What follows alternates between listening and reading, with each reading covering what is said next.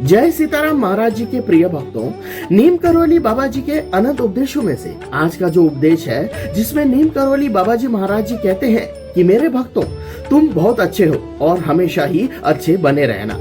कभी किसी के द्वारा तुम अगर ठगे जाते हो तब भी अफसोस नहीं होना चाहिए तुम्हें, क्योंकि ठगे जाने के लिए भी इंसान के अंदर कई खूबियां होनी चाहिए, जैसे कि अच्छा दिल, साफ सोच और लोगों पर दिल से भरोसा करने की क्षमता।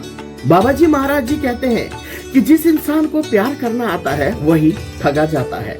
ठगने के लिए तो बुरे लोग ही काफी होते हैं। तुम अच्छे थे, अच्छे हो और अच्छे बने रहो। फिर बाबा जी महाराज जी कहते हैं कि थोड़ा सा भरोसा टूटकर अगर लोगों की जात समझ में आ जाए तो सौदा बुरा नहीं है, क्योंकि दिल पर बोझ तो उस इंसान के रहेगा जिन्होंने तुम्हारे भरोसे को रोंदा है, और दोष भरोसा करने वाले का नहीं, उसे तोड़ने वाले का होता है। जय महाराज।